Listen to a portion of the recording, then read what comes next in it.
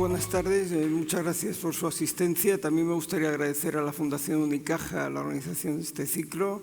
La Fundación ha contribuido desde casi su creación al enriquecimiento cultural y es también una fundación inquieta en el ámbito de la cultura en la ciudad, afortunadamente, y es un placer poder llevar a cabo este ciclo inquietante al que le hemos puesto un apellido, Crónicas del Futuro, un poco quizás ambicioso, pero creo que le va muy bien, puesto que desde no hace demasiado tiempo estamos bastante inquietos sobre qué va a ocurrir el día de mañana, cómo está cambiando nuestra vida y qué armas humanas tenemos a disposición para enfrentarnos al desafío digital.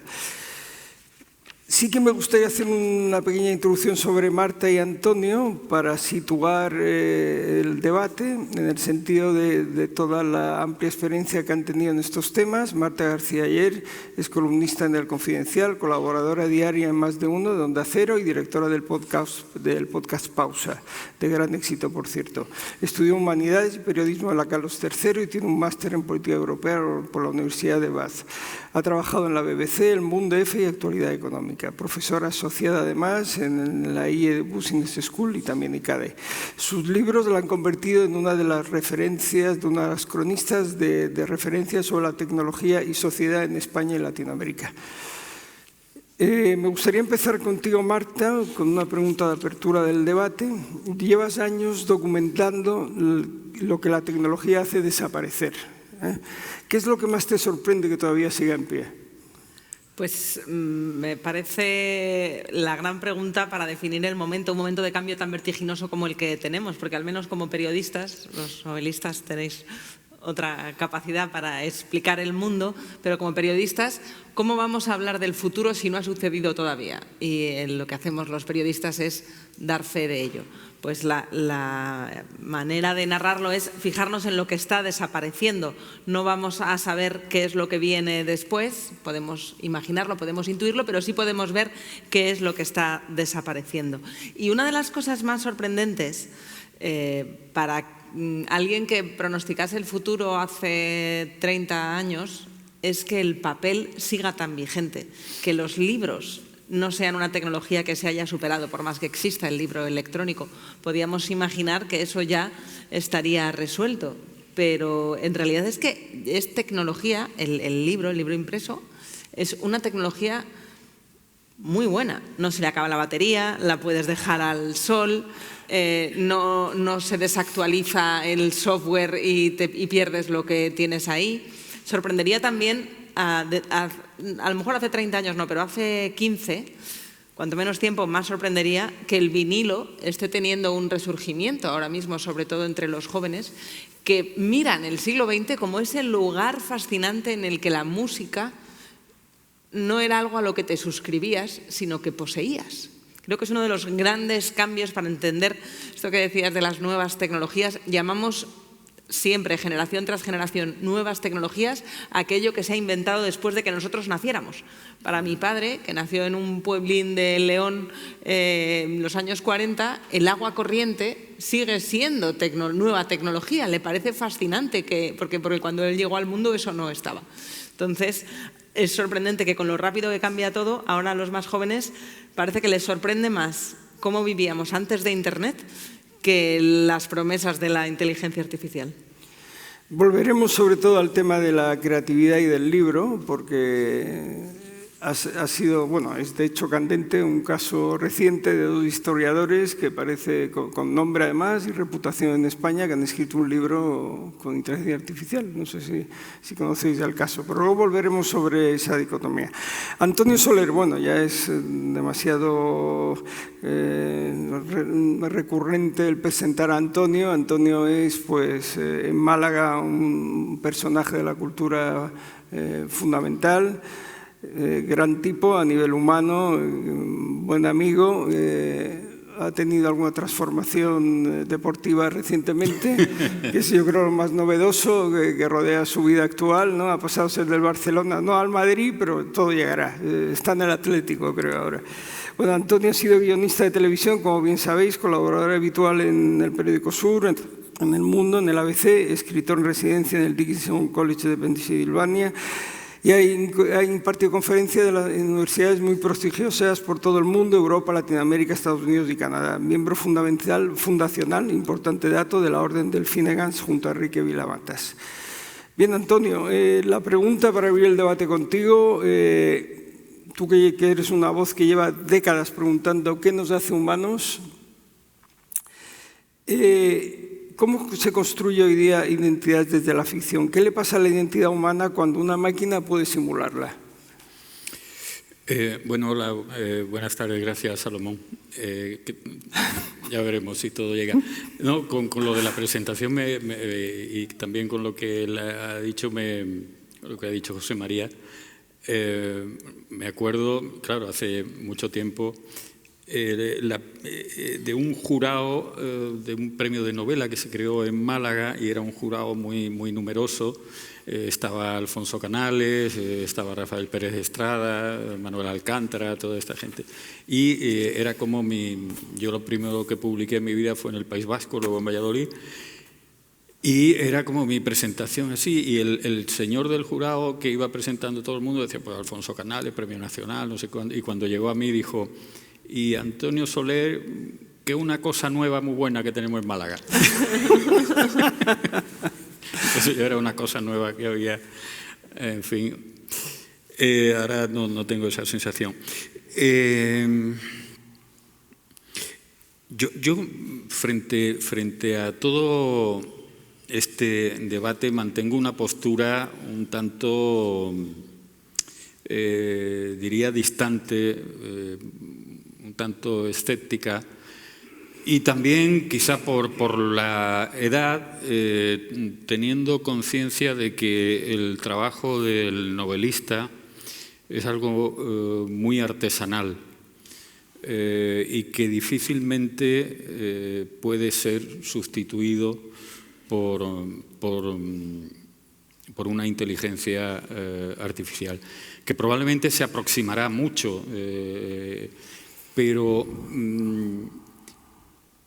el punto de información, de intuición que tenemos los humanos, que a veces puede estar asociado a la incorrección, y pienso en grandes innovadores del lenguaje como Joyce o otros, eso difícilmente puede estar, creo yo, en una inteligencia artificial que en otros ámbitos probablemente no, y seguramente supera a la inteligencia humana porque tiene un mayor manejo de información. Pero ese punto de incorrección, donde hay una vulneración de la ortodoxia o de la tradición, por llamarlo de algún modo, está muy en la mano o en el cerebro del ser humano. Y de ahí es de donde nacen los verdaderos hallazgos literarios, no en los argumentos. Los argumentos dentro de una obra de ficción pues, es lo de menos, ¿no? Son las cosas más imitables, por llamarlo así. Yo a veces para dar un ejemplo muy burdo de todo esto, digo que si tenemos la historia de una pareja de chicos jóvenes que se enamoran y sus familias son enemigas, pues podemos tener un Culebrón venezolano o Romeo y Julieta. La diferencia está en cómo son contadas las historias, en cómo son contados los argumentos. Entonces, ya digo, mi sensación es que el ser humano va a estar, creo, un paso por delante de la máquina en este sentido. En cuanto a la creación artística, hemos estado viendo ahora unas pinturas. Pienso, por ejemplo, en las transgresiones de los impresionistas o de Picasso, que realmente lo que son vulneraciones de los códigos clásicos ese paso de transgresión probablemente no esté en el cerebro de una inteligencia artificial. Y algo que sí me preocupa un tanto de todo esto es que cómo en el futuro, con esa inteligencia artificial, puede crear una especie de, entre comillas, dictadura de los gustos, ¿no? Porque para reproducir novelas o lo que queramos, poesía, el género que queramos literario, habrá que introducir a la inteligencia artificial una información muy vasta, y supongo que la información que se introduce es la mayoritaria, no la que está en los márgenes. Y la historia de la literatura y la del arte en general se ha movido mucho a través de los márgenes, es decir, cuando se publican determinadas obras o cuando se pintan determinados cuadros, están muy en los márgenes. Pensemos, por ejemplo, en Van Gogh. Es un tipo completamente marginal que si su experiencia... si la experiencia del momento se vertiera dentro de una inteligencia artificial, él no contaría. Y así muchos residuos, por ejemplo, llevándolo al ámbito musical que ha surgido, cuando empiezan los Beatles y están en Hamburgo, son unos parias. Si se quiere hacer la música del momento, no se cuenta con ellos, cuando ellos finalmente son los que revolucionan el sistema, ¿no? Por eso digo que lo marginal, lo intuitivo, lo que en el momento no cuenta, finalmente acaba teniendo una influencia muy clara en el ámbito general. Y eso creo que la inteligencia artificial, en base a que no tiene toda esa información, pues lo dejaría de lado, ¿no? Pero fíjate, me parece interesantísimo eso que planteas, Antonio, y a lo mejor conviene diferenciar o subrayar a la hora de entender bien cómo puede cambiarnos la vida, y también a los creadores cómo puede cambiarnos el arte y cómo puede cambiar la literatura, la inteligencia artificial, diferenciar la excelencia, los genios de los que hablabas, que son los que marcaron tendencias haciendo algo totalmente diferente a lo que se estaba haciendo en ese momento, y la mediocridad.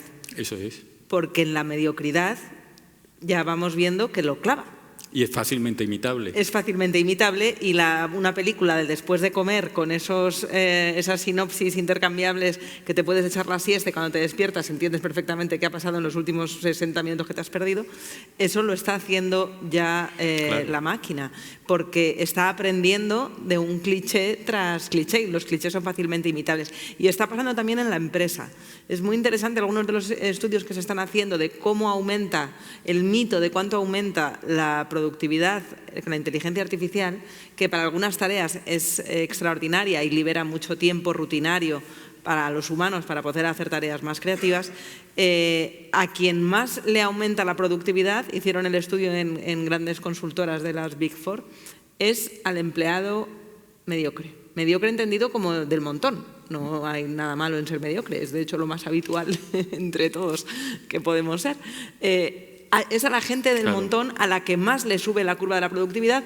A los empleados excelentes no les aportaba demasiado, porque entendían que perdían más tiempo recurriendo a la IA que haciéndolo ellos mismos. Y creo que eso puede ser, al hilo de lo que comentabas, una pista de cómo el arte o la creación del montón, el relleno, va a devaluarse mucho, porque eso ya lo va a poder hacer la IA, va a ser una commodity. Y ahora pues hay mucho cine, hay mucha película, hay mucha música del montón, y esa es probable que, como la ropa, la diferencia entre la del sastre hecha a mano y la que podemos comprar en cualquier sitio con tallas estándar, pues digamos que la talla estándar la va a hacer la IA, y ya la está haciendo, de hecho. Sí. Realmente, una de las preguntas que nos hacemos todos es ¿qué está cambiando realmente? En el ciclo, en el anterior trimestre de Viral, hubo personajes y estudiosos del tema donde nos planteaban pues, temas como el de la longevidad, donde hablaban de los 150 años de vida como a la vuelta de la esquina, con mucha naturalidad, ¿no? Es decir, hay cambios que están a la vuelta de la esquina que no somos conscientes de ellos, ¿no? La clave es si la reflexión ética y humanística está a la altura de estos cambios que parece ser que están a la vuelta de la esquina. No sé qué opináis al respecto. Pues fíjate, yo creo que ahí los medios tenemos una responsabilidad enorme porque es muy tentador que nos gusta a los periodistas, y a los novelistas también, un buen apocalipsis y se nos están acumulando. Y en la IA hay mucho apocalipsis latente de cómo esto puede ser el fin del mundo una vez más, o el fin de la humanidad, el fin de muchas cosas, ¿no? Y ahí se nos mete miedo.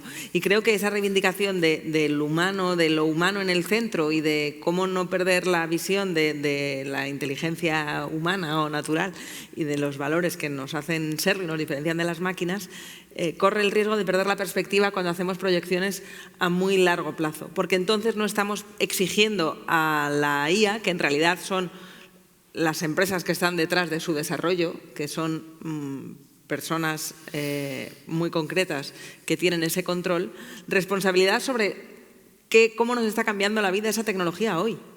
Mientras nos preguntamos si las máquinas del futuro serán más inteligentes que los humanos, no estamos pidiendo responsabilidad por desarrollar una IA, como es el caso de Grok, que puede desnudar o crear imágenes de pornografía infantil solo con una orden verbal, es decir, que cualquier crío de 9 años se lo puede pedir sin tener ninguna conciencia de lo que está haciendo o exponiéndose a ello. Y ese es un riesgo de la IA que tenemos hoy, que no pone a los humanos en el centro.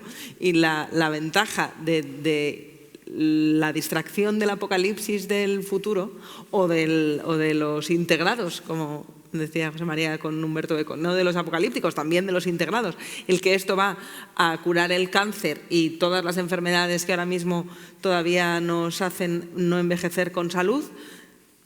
Y en realidad lo que estamos viendo son desarrollos mucho más mundanos y mucho más lucrativos, como poder hacer a Chiquito de la Calzada hablar inglés, ¿no? Entonces, oye, que a lo mejor esa tecnología puede curar el cáncer, pero la estamos empleando en lo que realmente la tenemos que emplear. Me acuerdo de una anécdota que a mí me ayuda mucho a explicar el desconcierto que nos genera la inteligencia artificial, que es de cuando llegaron los primeros automóviles a España, a la península ibérica. Me la contó un lector que vino a la presentación del fin del mundo tal y como lo conocemos. Y era en León, y me dijo que había en su pueblo, todos recordaban la anécdota de la primera vez que llegó un automóvil. Claro, la primera vez que llegó un automóvil a un pueblo de la montaña leonesa fue mucho más tarde de lo que se pudo ver en Madrid, en Málaga o en Barcelona. Digamos que era una zona muy apartada. Y cuando aparecieron los señores adinerados que llevaban aquella máquina de hierro y la aparcaron en una era, aparecieron unas señoras del pueblo, aquellas vestidas de negro, que se quedaron mirando aquello. Y claro, no se movía, porque los señores ya se habían ido al campo y estaba ahí quieto y ya no hacía ruido. Entonces se le iban acercando y la más valiente se acercó del todo y se volvió a alejar y le echó alfalfa. Y creo que somos un poco la señora de la alfalfa, que le estamos echando a la IA a ver qué hace, a ver cómo nos cambia la vida, y todavía no tenemos muy claro cuáles van a ser esas funciones ni cómo nos va a cambiar la vida, porque le seguimos aplicando muchos parámetros del siglo XX, que es donde muchos de los que estamos aquí nos hemos criado. Sí, así es. Perdóname, me ha venido una cosa, además, que he leído hace muy poco, y que tiene que ver con ese miedo a ese futuro apocalíptico, y con las personas, a medida que vamos siendo mayores, pues hay una especie de nostalgia del pasado, que además lo recordamos mucho mejor de lo que era y todo esto, ¿no? Pero los que tenemos una cierta edad hemos asistido al fin de muchas cosas que luego no, o se han transformado, o no han desaparecido, o han seguido exactamente tal como eran. Sí. Por ejemplo, lo que tú decías de los libros. Yo recuerdo, a mediados de los años 90, Jorge Herralde, que precisamente no es tonto, me decía, quedan como 10 años de convivencia del libro de papel con el libro electrónico, y en 15 años el papel ha desaparecido y tal. Claro, yo entonces me preocupaba, decía, realmente no tenía por qué preocuparme porque se iban a seguir necesitando novelas y todo esto, pero bueno, ya entonces aferrado a la vieja tradición del papel y todo esto, luego pues el fin del teatro, el fin del cine, todo eso se ha proyectado muchas veces. Y como decía, en estos días he leído algo que decía Miguel Delibes cuando iba por los campos de Castilla y decía que le espeluznaba oír el sonido de los tractores, porque él echaba de menos los carros con los animales, con las ruedas metidas en el barro y tal. Pero al mismo tiempo él decía, claro, yo lo que quiero es que la gente viva mejor. Claro. Pero para que viva mejor tienen que estar los tractores. Y un poco las aplicaciones técnicas tienen que ver con todo esto. Y las nuevas tecnologías y la IA tienen un ámbito de mejora del ser humano indudable. Yo creo que eso no lo puede negar nadie, por mucho que echemos de menos con melancolía un pasado y todo esto, ¿no? Estuve en una comida de la universidad asistiendo a un debate que me pareció muy inteligente, muy interesante, que eran dos médicos, un oncólogo con muchísimo prestigio y un cardiólogo. Y cómo hablaban de la importancia de la inteligencia artificial en su trabajo. El oncólogo defendía que finalmente, él decía literalmente, al final hay que bajar a tierra. El otro decía que él pensaba que no, porque el cardiólogo decía, yo a lo mejor he hecho 5.000 operaciones, tengo la experiencia de 5.000 operaciones, pero la inteligencia artificial tiene una experiencia de 1.000.000, con lo cual me tengo que fiar. Y ahí es donde entraba la polémica, porque el oncólogo decía, ¿y la intuición? Que es un poco a lo que antes me remitía. Pero evidentemente las tecnologías han hecho que vivamos más y mejor. Y antes os decía, Caballero Bonal, poeta de sensibilidad magnífica, novelista exquisito, artesano en el mejor sentido de la palabra, para él fue una revolución el encontrarse con un ordenador a la hora de escribir novelas. Cómo le facilitaba el trabajo, cómo lo aligeraba, en definitiva, cómo podía producir más y mejor, ¿no? Yo creo que eso hay que tenerlo muy en cuenta. Yo soy bastante aficionado y un poco friki de la eterna juventud y la inmortalidad y todo esto, pero es que me estoy acordando de la conferencia que dio Cordeiro en el anterior ciclo, donde dio ejemplos reales de cómo se estaba trabajando, de hecho, el transhumanismo, ¿no? De órganos nuevos, nos decía que en 5 años se van a cambiar corazones como lo que es una prótesis de rodilla. Empezó a dar datos que entre lo preocupante y lo divertido, ¿no? El giro posthumano, es decir, lo que nos espera a la vuelta de la esquina, yo creo que nos va a plantear un serio problema psicológico, ¿no? Aunque en alguna novela o memoria, en este caso de Julian Barnes, que lo comentaba antes de entrar al debate, en las despedidas, Barnes habla de un tipo en Canadá con 18 años que es capaz de recordar perfectamente todos los días de su vida, qué ropa usaba, qué hablaba, qué tiempo hacía, en fin, era realmente un posthumano, claramente, y eso existe, ¿no? Es decir, que las posibilidades del cerebro, al hilo también de lo que hablaba Cordeiro, son reales. Claro, la pregunta que te haría, Antonio, es si el humano está preparado para enfrentarse a la inmortalidad, porque suena muy bien, pero claro, la inmortalidad depende cómo, ¿no? Pero no sé qué opinión tienes sobre este cambio tan brusco que parece ser que los que muchos confían, ¿no? Hasta jefes de Estado, ¿no? Bueno, pues, no sé, me parece un sueño... un sueño, una pesadilla. Un sueño, no, iba a decir un sueño juvenil. Con la experiencia, pues no lo sé. Yo hace poco, llevándolo al sentido del humor, viendo un programa de de humor de Ilustres Ignorantes sobre la inmortalidad, decía alguien algo que yo pienso siempre cuando oigo a algunos colegas hablando de posteridad y todo esto, pues ahí decían, bueno, pero si al final la Tierra se la va a tragar el Sol. A lo mejor de ahí me viene el pesimismo que tengo desde que era niño, ¿no? Pero al final es eso, ¿cómo que es la inmortalidad? Hombre, vivir 200 años o así estaría bien, pero la inmortalidad me parece imposible. Se perderían algunos argumentos, desde luego, de la historia de la literatura, pero recuerdo que Alejo Carpentier decía que la literatura nace del sufrimiento, pero que era mucho mejor no sufrir, aunque luego no hubiera literatura, ¿no? No sé, el debate me parece, ya te digo, un poco... A mí se me escapa, ¿no? La inmortalidad y si estamos preparados para esto. Creo que al final todo sería una gran pesadez. ¿Te imaginas, pues no sé... Para empezar, habría una superpoblación o habría una falta de reproducción, supongo, ¿no? Pero te imaginas un Trump inmortal o un Jesús Gil inmortal y todo esto me parece un poco que se entra en la pesadilla, ¿no? Sí. Marta, una pregunta. Vamos ahora con uno de los temas candentes, celebración o alarma ligada a las nuevas tecnologías, ¿no?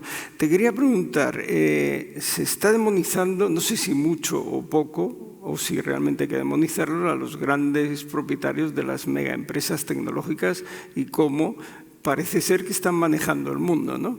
¿Qué opinión tienes sobre esto? Creo que no somos conscientes todavía de la cantidad de poder que aglutinan estas personas. Cuanto más transformadora reconozcamos la inteligencia artificial, cuanto más transformadora, bueno, la inteligencia artificial y la digitalización, que es que ahora nuestra vida entera ya es digital y ya no somos dueños de ella. Creemos que nuestras fotos son nuestras, pero no lo son. Creemos que nuestras listas de Spotify son nuestras, pero no lo son. Tampoco lo son nuestros correos electrónicos y quien escriba una novela en la nube pues se sorprenderá de saber que si un día deja de pagar la suscripción perderá su novela que no le pertenece. Y desde el punto de vista de los medios de comunicación la transformación es profundísima. De las cosas que más apocalíptica me hacen ponerme, y podría también adoptar la parte del todo el optimismo que nos promete la inteligencia artificial, siempre y cuando la pongamos en buenas manos, porque el potencial es verdad que está ahí, pero ¿cuáles van a ser las prioridades que tengan? ¿Y quién las dirige? Por eso es tan importante que los Rockefeller de la IA den más explicaciones de las que están dando. A mí, una de las cosas más preocupantes, y me parece que no le estamos prestando la suficiente atención, es la incapacidad que vamos a tener, si no la tenemos ya, de diferenciar lo real de lo irreal. Y esto nos mete en un problema serio a los periodistas y a los novelistas, porque a este paso, ¿cómo vamos a saber qué ha pasado y qué no? Hasta ahora veníamos transmitiendo la idea de ver para creer. Ya no puede ser. Me decía un periodista, un fotoperiodista de una gran agencia americana, que tienen que empezar a aplicar a todas las imágenes que vienen de la Casa Blanca parámetros parecidos a los que aplicaban a las que vienen de Corea del Norte, porque ya no te puedes fiar de que lo que te está mandando, ni siquiera la información oficial, sea veraz. Y es muy fácil hacer información falsa con la IA, lo cual convierte también en fácil transformar los recuerdos. Y esa es transformar nuestra identidad.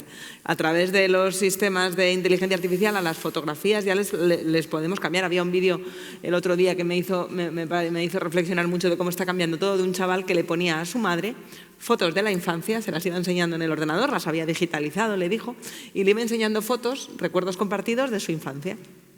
Y soplando las velas del cumpleaños, o debajo de un árbol, o yendo por la orilla del mar, le enseñaba fotos que todos tenemos en la cabeza de nuestra memoria infantil, pero él le había metido personajes inexistentes de repente. Y entonces, claro, la madre decía, ¿y este? ¿Qué era? ¿El vecino? No era, no, tu tío, que a lo mejor vino con aquel amigo suyo que era de Teruel. O sea, intentamos reconstruir las historias a las que no le encontramos sentido, y si nos queremos creer una foto tuneada con un familiar que nunca tuvimos, nuestra mente va a ser capaz de inventárselo. Y esto, a gran escala, va a suponer un desafío enorme. Y la IA ya está ahí. La diferencia fundamental a la hora de desarrollar cuestiones o pedir responsabilidades es que la inteligencia artificial, podemos discutir cómo de inteligente es y si es un error o no haberle dotado de esa palabra inteligencia, algo tan humano, a la máquina. Creo que es un regalo que le hemos hecho a los vendedores de IA, el llamarlo inteligente. Pero no tiene propósito, no quiere cosas, no desea cosas, no tiene tormentos, no tiene los problemas que hacen que salga una novela de una desesperación. Pero quienes son sus dueños, sí.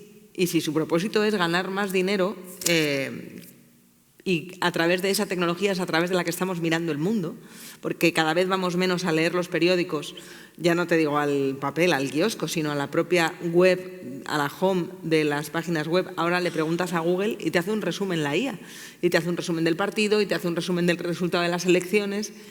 ¿Qué empresa está detrás de ese resumen? ¿Quién está filtrando el mundo?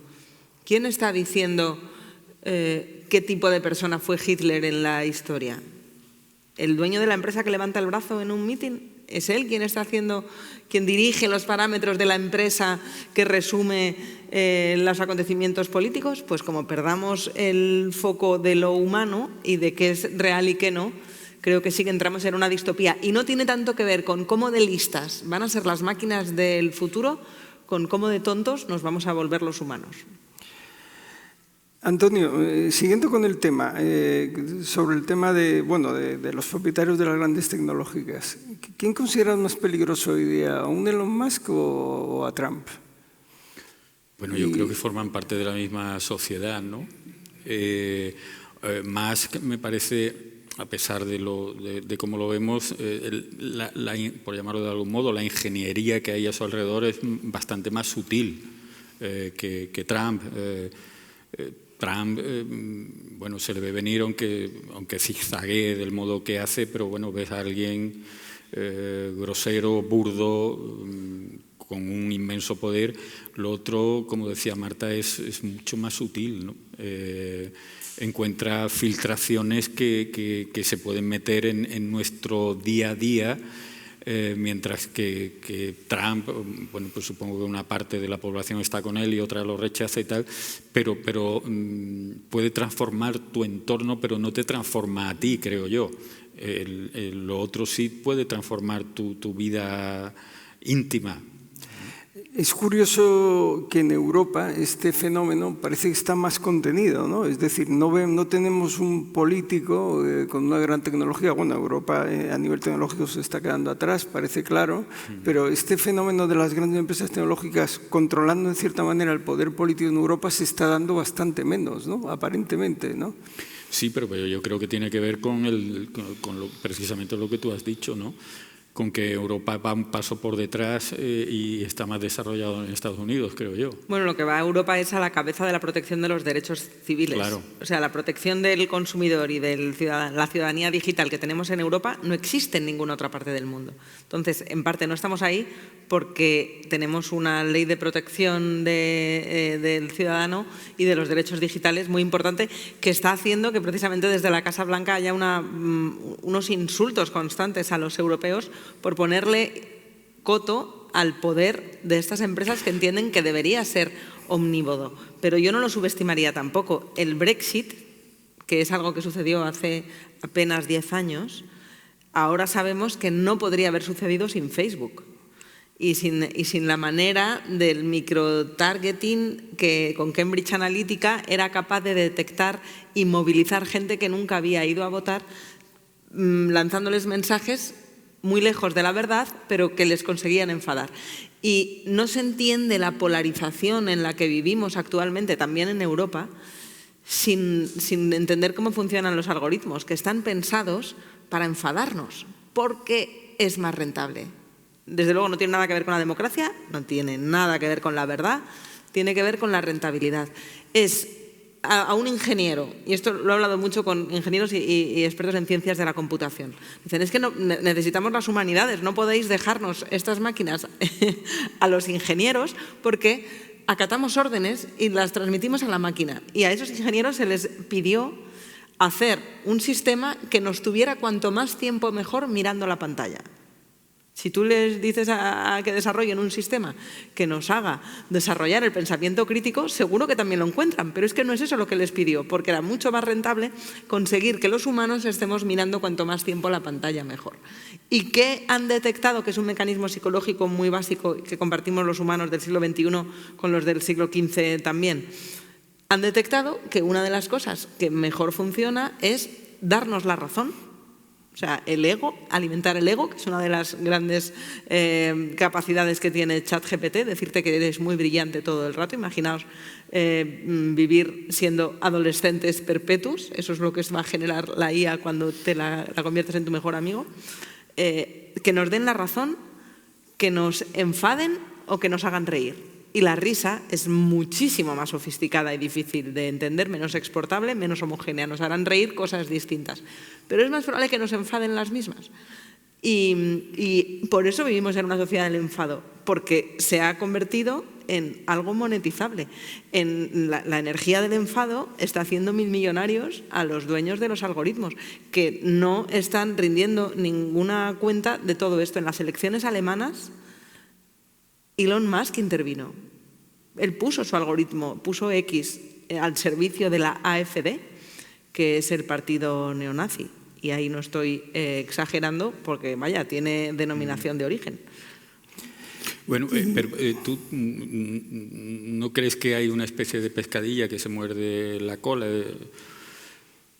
Quiero decir, estoy completamente de acuerdo con lo que dices, que cada uno lo que intentan es congraciarse contigo, que estés a gusto con el mensaje, pero los medios de comunicación, los serios, por entendernos, no están jugando también a todo eso y cada vez está más sectorizado la información, es decir, cada vez hay más personas que leen determinado periódico porque saben que van a encontrar algo que les da la razón y no quieren ni siquiera asomarse al periódico de al lado o al canal de televisión de al lado porque se va a encontrar algo que les desagrada. Esas cámaras de eco es verdad que han existido siempre y cada uno tenía un equipo de fútbol y un periódico de referencia.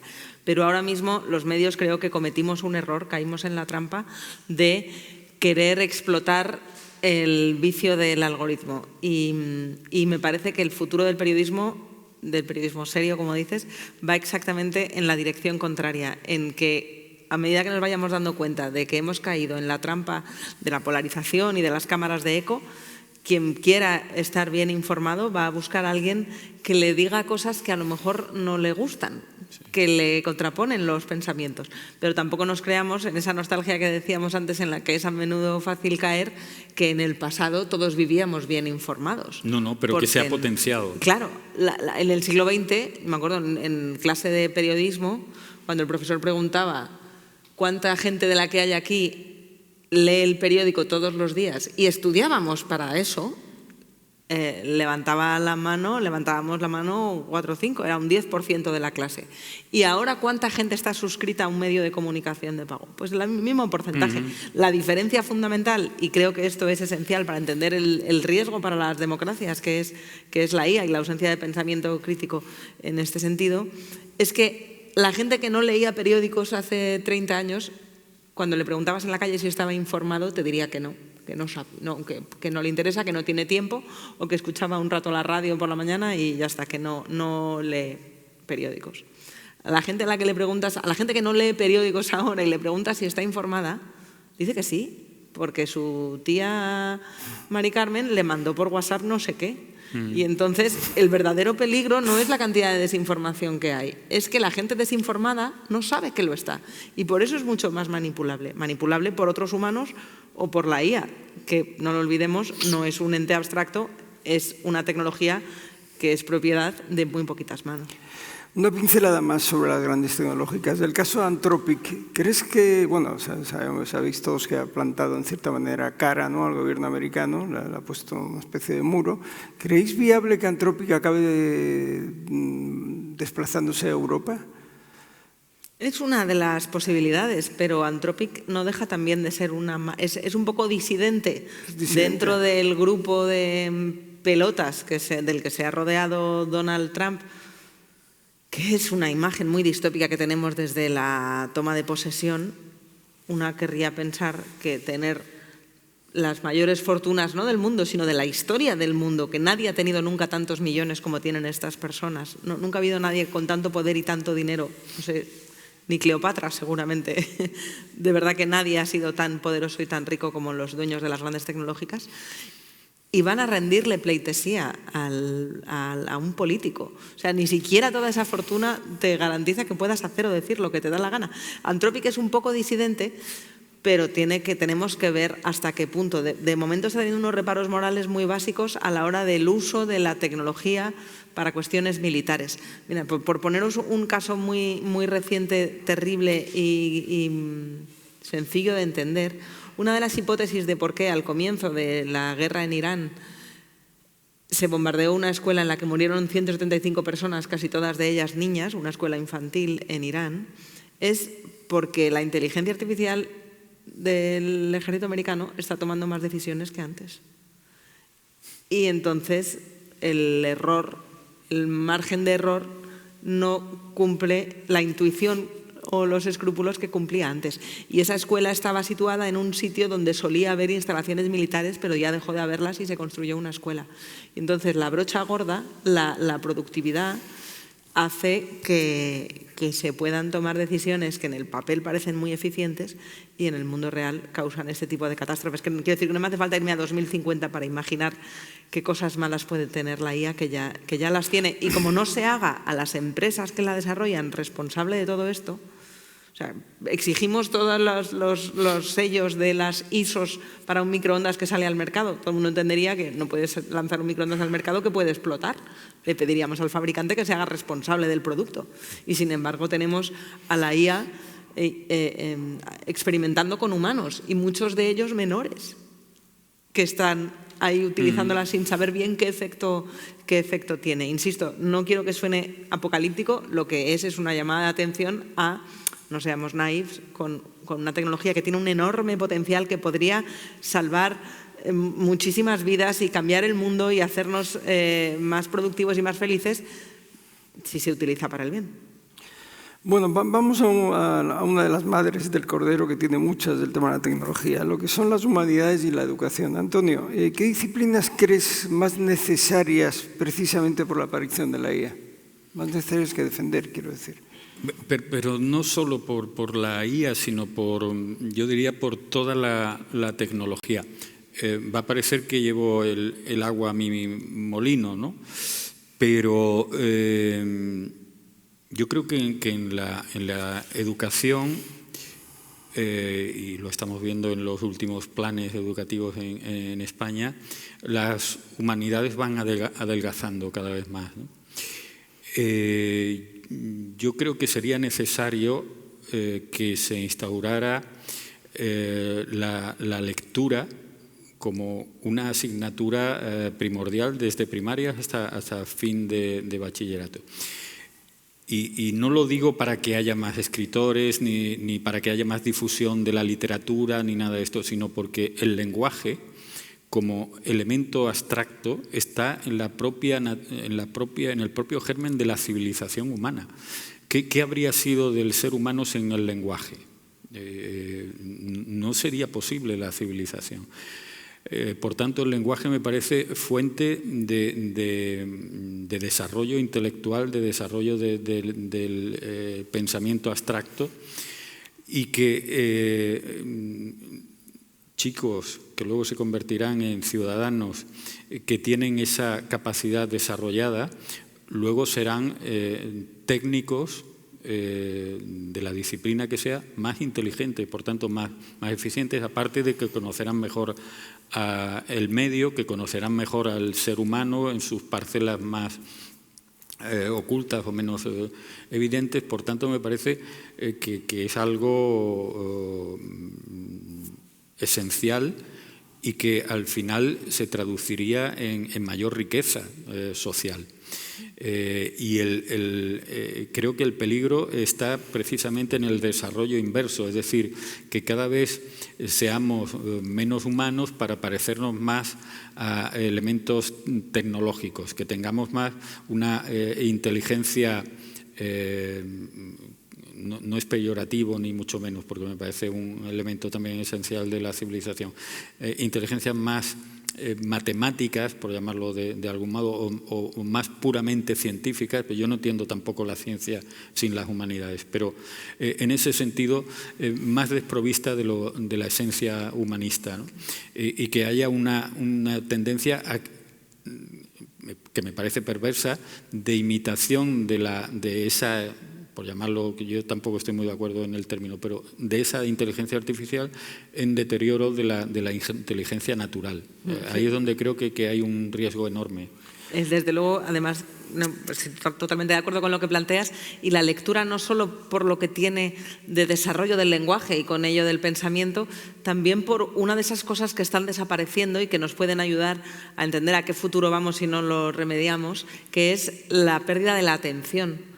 La capacidad de prestar atención durante largo rato a una misma cosa. Le está pasando a los chavales y también a los que no crecimos con una pantalla de móvil.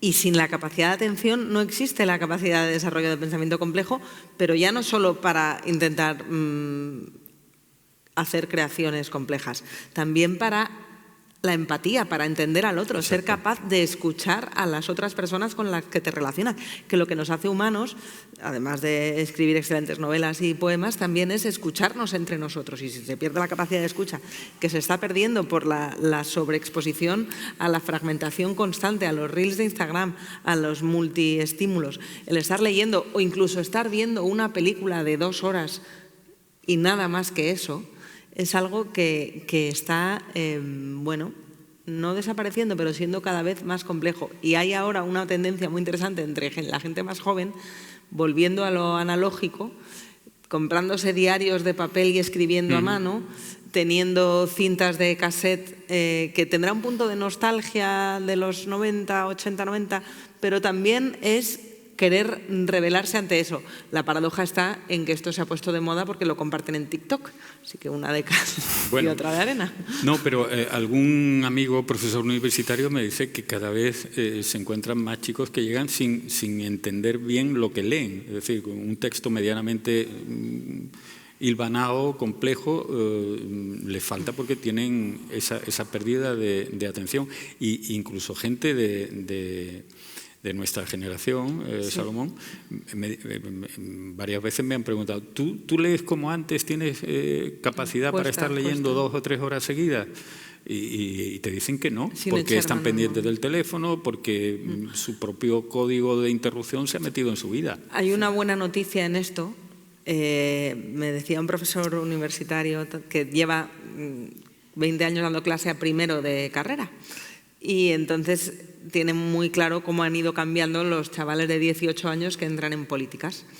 Y me dijo algo que me pareció interesante para verlo de otra manera, y es que tienen una expresión oral mucho mejor, que su capacidad de ser amenos, a lo mejor por esa impaciencia y el necesitar los mensajes claros y no enrollarnos, y una dialéctica mucho más funcional, y la autoconciencia y el grabarse tan a menudo y conocer la imagen y perdiendo, o sea, vamos a una cultura más oral y menos lectoescritura, que es en el fondo también un poco los orígenes de la cultura. En realidad, lo oral también era alta cultura en otro momento. O sea, que se está transformando y los pensamientos complejos a lo mejor los vamos elaborando de otra manera. Y por otro, dar otro punto optimista, que me estaba sabiendo mal tanto Apocalipsis.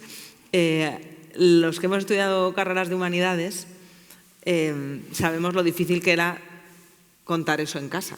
Yo hice la carrera de Humanidades y todavía tengo que explicar que es una carrera, que existe Humanidades como tal. Y ahora empieza a no ser tan difícil de explicar, precisamente por el desconcierto que hay, la toma de conciencia de que no sabemos cuáles van a ser los empleos del futuro en un mundo que cambia tan rápido con la inteligencia artificial. Estudiar humanidades, estudiar filosofía, estudiar una filología, ya no es tan descabellado como sonaba antes, porque, hijo, si total tampoco sabemos lo que va a pasar. Estudia lo que te haga feliz y ya no sé, a lo mejor lo otro lo va a hacer la máquina. Bueno, antes de dar paso al público, sí me gustaría hacer una pregunta casi de fin de debate o de fin de etapa. Si tuvierais que decir en una frase qué nos hace irreemplazables como humanos, ¿qué frase sería? ¿Qué nos define como humanos? Como irreemplazables como humanos. Pues, una pregunta. Sí, no, y además que no es fácil. En una frase siempre te puedes llevar el Nobel con esto. Sí, siempre se me han dado muy mal los eslóganes y todo esto. No, pero yo creo que tiene que ver con lo emocional y con la aprehensión de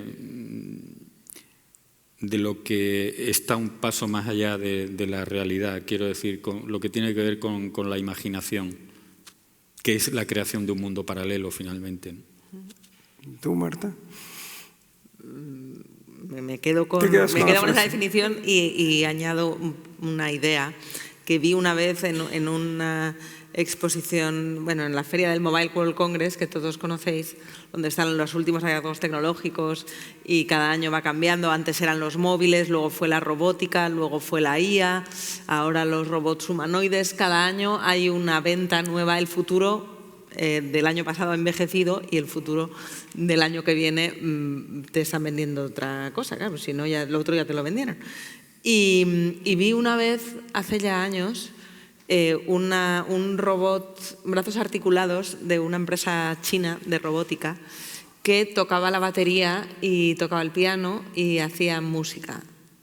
Y era realmente impresionante ver cómo tocaban la batería esos humanoides y cómo iban haciendo música generada por inteligencia artificial. Y éramos muchos, no todos periodistas, también había tecnólogos, los que según llegábamos, impresionaba, te parabas, sacabas el móvil y te ponías a grabar a la máquina tocando, porque no era simplemente la partitura, sino que tocaba la música.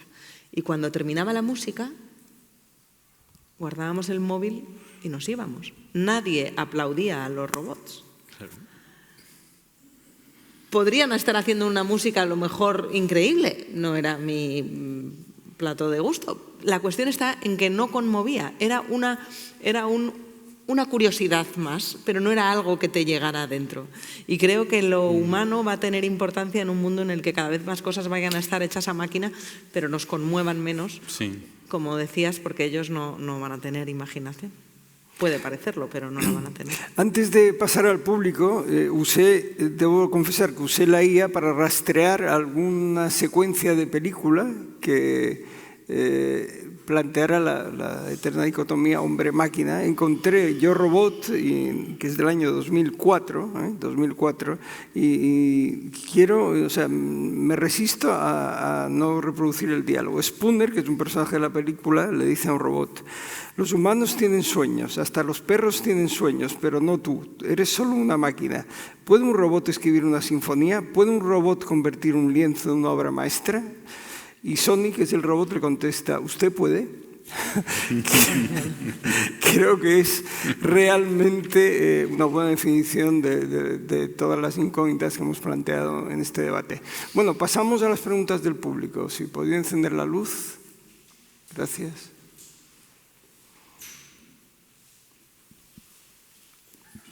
Hola, buenas tardes. En primer lugar, darle las gracias a los tres por el magnífico diálogo, a Fundación Unicaja, aquí representada por el profesor Luna, y por hacer posible. Yo, que me siento científico porque soy médico y también me siento humanista, ¿no?, por interesarme por el hombre, por todo hombre, por cualquier hombre, entiendo que la generación nuestra es una generación puente, somos como inmigrantes inteligentes. Fuimos analógicos, luego hemos pasado a digitales y ahora somos inteligentes, ¿no? Si me permitís la expresión. Yo creo que el humanismo da en la inteligencia artificial, por una parte, experiencia, que ayuda a un contexto y al final logra darle un sentido a la actividad humana. Todo lo que se puede hacer tecnológicamente no debe por qué hacerse, ¿no? Mi pregunta a la mesa es la siguiente. Yo que tengo hijo que es nativo inteligente, ¿cómo hacemos esta generación que sí tenemos la experiencia contrastada de lo que ha pasado con algunas cosas tecnológicas?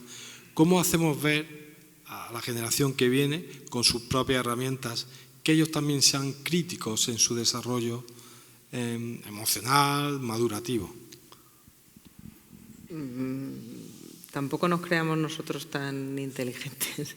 Están siendo a menudo los más jóvenes los que antes detectan, por ejemplo, las noticias falsas y quienes tienen que ir explicando a los mayores que ese vídeo en el que están viendo un gato montarse a caballo de un cocodrilo es inteligencia artificial.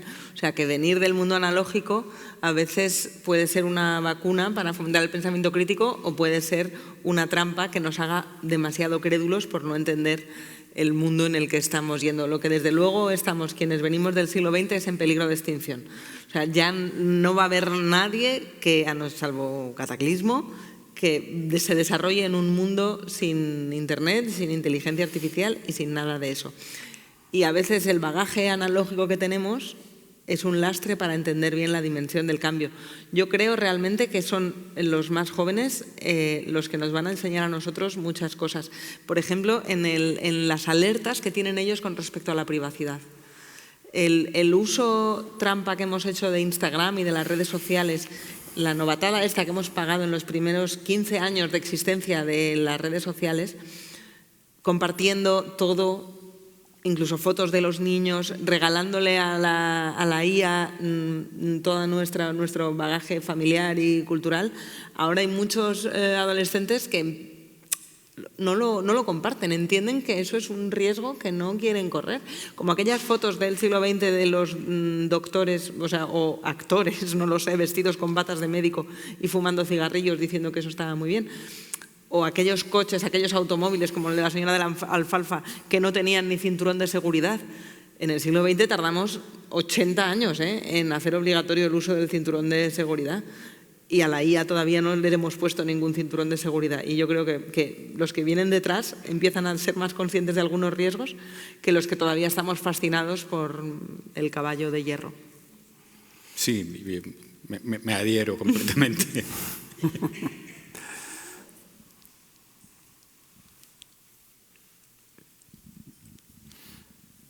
¿Alguna pregunta más?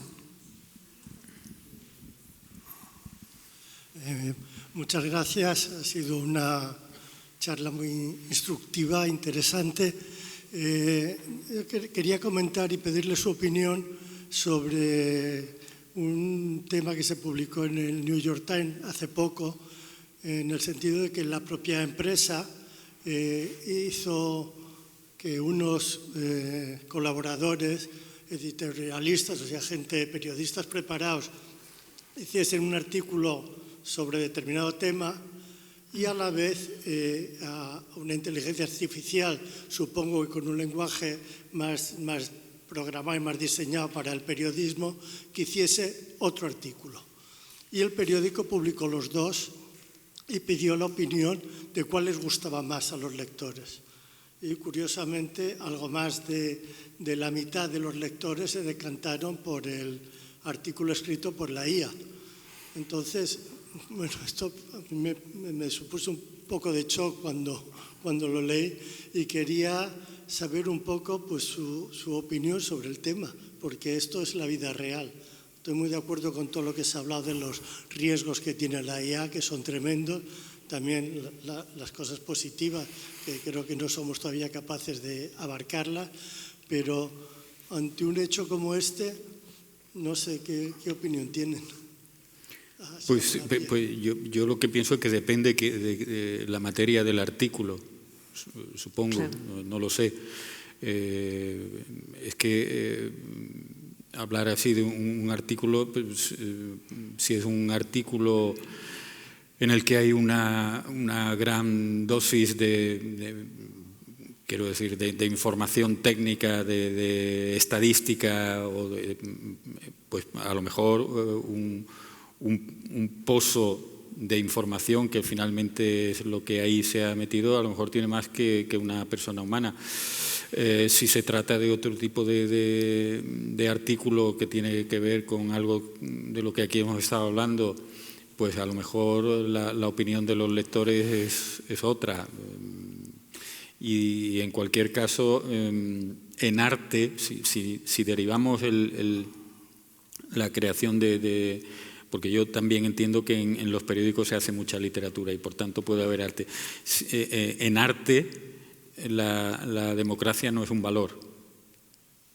La democracia está muy bien como valor ciudadano, me parece esencial, pero en arte las cosas no funcionan así. Hablando del ejemplo que puse antes, si ponemos un fragmento de una telenovela y un fragmento de Shakespeare, a lo mejor un determinado público vota por la telenovela. Eso no quiere decir que sea mejor el creador de la telenovela venezolana que Shakespeare. No sé si me explico. Es interesante el caso del New York Times, porque no sé si sabéis que es una de las principales potencias que tiene, potencias creativas o de los medios de comunicación, que tiene una macrodemanda interpuesta contra OpenAI, contra la empresa de ChatGPT.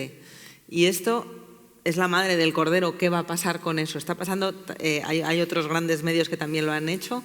Y está por ver, de lo que salga de esa gran demanda en Estados Unidos, dependerá en buena medida el futuro tanto de los medios como de la inteligencia artificial. Porque New York Times dice, un momento, tú has estado entrenando a tu máquina con 100 años de mis archivos sin permiso. Entonces, claro que tu máquina sabe hacer un artículo como el del New York Times. ¿Cómo ha aprendido? Porque por un robo de la propiedad intelectual, que es como encontrar un campo de petróleo, no existía la tecnología, entonces ni siquiera estaba legislado. Pero hay que ponerle precio a qué hace que la IA sí pueda hacer un cuadro que parezca de Murillo o una sinfonía que parezca de Mozart. Claro. Que ha bebido de lo que hemos hecho los humanos antes. Y es verdad, estoy contigo en que no va a saber dar el siguiente paso porque los humanos todavía no sabemos hacia dónde queremos ir. Pero de lo que hemos hecho hasta ahora, que no es poco, ha estado bebiendo gratis. Y ahora quiere rentabilizarlo. Entonces es un momento.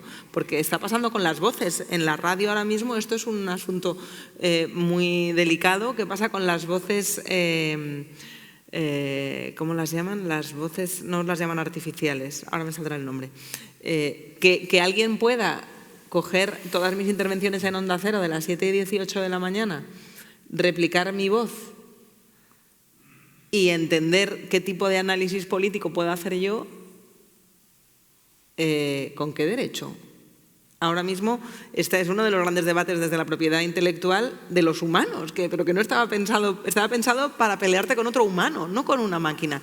Y creo que es en Dinamarca donde están desarrollando un nuevo sistema que donde no registres la obra, sino registras también tu voz.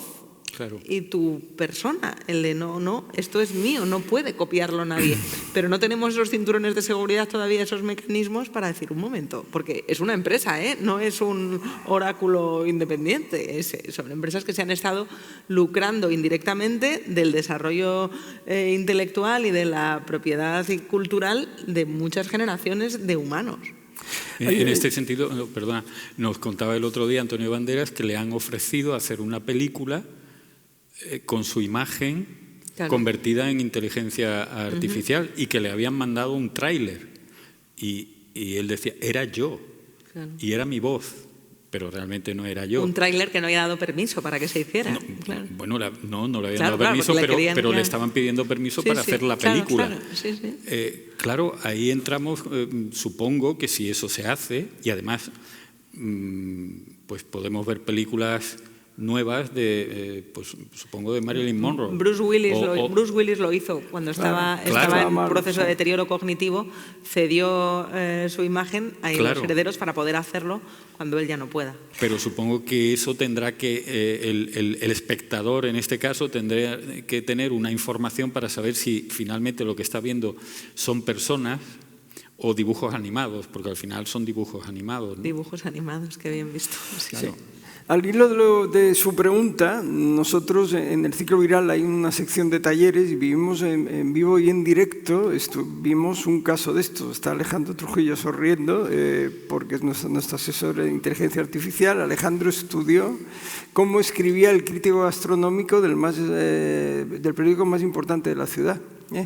Y teníamos al crítico sentado en la mesa. Entonces Alejandro le enseñó una crítica de un restaurante X escrita en su estilo y se quedó como planchado diciendo, lo podía haber escrito yo perfectamente. Esto es otro caso muy parecido donde el propio autor se reconoce en un texto que no ha escrito. Por no hablar del taller que hicimos con el director de Jotdown, que decía cómo ser un premio Nobel escribiendo con la IA, si no recuerdo mal, era el título, que tuvo, por cierto, muy buena acogida, ¿no? Simplemente incluso por la curiosidad. Supongo que tiene que tener todavía un desarrollo mayor, porque hace poco estuve en una clase con Agustín en la universidad, en un club de lectura, y no era un alumno, era una persona mayor que se había apuntado a aquello. Me dijo que él era muy usuario de la inteligencia artificial y que no había leído nada de lo que yo había escrito hasta ese libro en concreto, y que le había preguntado a la inteligencia artificial por similitudes con otros escritores a partir de esa novela mía. Y le dijo Juan Rulfo, el llano en llamas, o Pedro Páramo. Para mí un enorme honor, pero y se trataba, que tú la conoces, la novela El camino de los ingleses, que es sobre chicos jóvenes y tal, y que tiene que ver eso con Juan Rulfo. Pues me parece maravillosa la comparación, pero me parece un error enorme, ¿no? O sea que tiene que afinar un poco más en algunos aspectos. Claro. ¿Alguna pregunta más? Hola. Bueno, muchísimas gracias por todo lo que habéis puesto, porque es muy interesante. A mí me ha encantado todo lo que habéis dicho, me ha hecho mucha gracia lo que ha contado Marta sobre echarle alfalfa a la camioneta o al coche o lo que sea, porque yo es que tengo esa percepción, os oigo hablar y sois personas, ya Marta lo escucho todos los días que me fascina, Antonio lo conozco, sois personas muy formadas, pero me da la sensación que todo el mundo habla con una incertidumbre de todo tremenda, ¿no? Entonces, yo me pregunto si realmente quien crea todo esto, porque hablamos de inteligencia artificial como fuese un ente que tiene vida propia, ha llegado, son efectivamente empresas que la han creado. Si cuando ellos crean esto, no sé vuestra opinión, si realmente ellos prevén hasta dónde puede ir llegando, o incluso los mecanismos, porque a raíz de la están surgiendo todos los problemas que exponéis, tanto lo que has dicho de los niños, la pornografía, el tema de la escritura. Es como, ¿vamos a ir poniendo parches o hay alguien que ha previsto realmente cómo va a ir esto evolucionando? Es como si el coche de alfalfa lo tira y ni hay carretera, ni semáforo, ni hay señales de tráfico. Y ahora estamos como parcheados. O sea, es como la sensación, no hubiese sido mejor decir, esto va a salir. ¿Qué hacemos los gobiernos para...? Es que no lo sé, ahí me pierdo, por eso no sé qué opinión tenéis. Es como un caballo desbocado para mí. Con la energía nuclear se hizo, con las armas atómicas se hizo. Se entendió que era una tecnología que podría utilizarse bien y que podría destruirnos a todos, y se establecieron unas normas que hay quien amenaza con saltarse. Pero digamos que ya se ha puesto de acuerdo la humanidad. Antes de que exista es complicado porque no se sabe qué tiene. Con respecto a si saben lo que están haciendo, la información que tengo es que no. Porque van surgiendo problemas. Ahora mismo el último se acumulan los casos de gente, muchos adolescentes, pero no solo, que se están suicidando, inducidos por la IA. Y los fabricantes están diciendo, ups, pues ha debido de fallar algún control. O sea, no lo han previsto, no han previsto que pueda desarrollar una mente conspiranoica y a dónde puedan desarrollarse. Pero insisto, no es por demonizar la IA, también hay estudios que demuestran que es mucho más eficaz un chatbot como ChatGPT para hablar con un terraplanista y sacarle de su error que con un filósofo o un científico. O sea, que si tú programas el chat porque tiene una paciencia infinita a la hora de darte argumentos y de tratarte, que no te hagas sentir que se están riendo de ti, sino que te sientas bien y demás. O sea, que puede tener un uso muy positivo, pero tiene otros que no lo son. Y realmente lo más aterrador de esto es que no saben cuáles son las consecuencias colaterales y la prioridad ahora mismo es el conseguir dinero. Y para eso, sorprendentemente, no solo sirve los integrados, por volver a Humberto Eco, que te venden las bondades de la IA. Creo que una de las grandes hazañas de los tecnopoderosos, muchos de ellos, creo que el de Anthropic estaba entre ellos también, está en firmar cartas, de estas cartas de hay que frenar a la IA porque si no este desarrollo puede ser mortal y tenemos que avanzar más despacio. Y hay grandes dueños de empresas de IA firmando esos manifiestos. Entonces, bueno, pero entonces están advirtiéndonos de los errores. Puede que sea justo lo contrario, porque cuanto más poderosa generes, o sea, cuanto más grande sea la ilusión de lo poderosa que es la tecnología que estás desarrollando y más peligrosa, seguramente más gobiernos y más estados vayan a entrar en las rondas de financiación. Y ahora uno de los debates que hay es si esto no será una gran burbuja.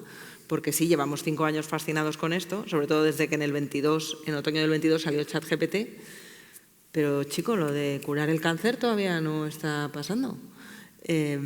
Y bueno, pues mira, puedes hacer a chiquito hablar inglés y tener, ¿no?, las fotos que quieras de los gatitos que hablan chino. A ver, estoy frivolizando, que los desarrollos de científicos y en la IA son muchos, pero el interés, una vez que es monetizarlo, creo que tenemos que tener muy alerta a la idea de que a lo mejor nos están queriendo vender una burra, un poco también. Sí, pero yo creo que ha ocurrido con lo que ha dicho Marta, que ha ocurrido con todas las innovaciones. Aparecen y luego se van legislando, se van controlando y lo de siempre es qué uso se le da. Me ha venido a la mente, por ejemplo, la televisión. En los orígenes parecía que podía ser un medio cultural fascinante. Meter cultura en todos los hogares en directo, bueno, pues ya vemos el uso que se le ha dado, ¿no?, en general. Bueno, parece que hemos terminado la primera conferencia del ciclo. Les animo a que consulten el resto de la programación. Abajo, en un tótem que hemos estrenado hoy, la pueden consultar y agradecer una vez más su asistencia. Muchas gracias. Gracias.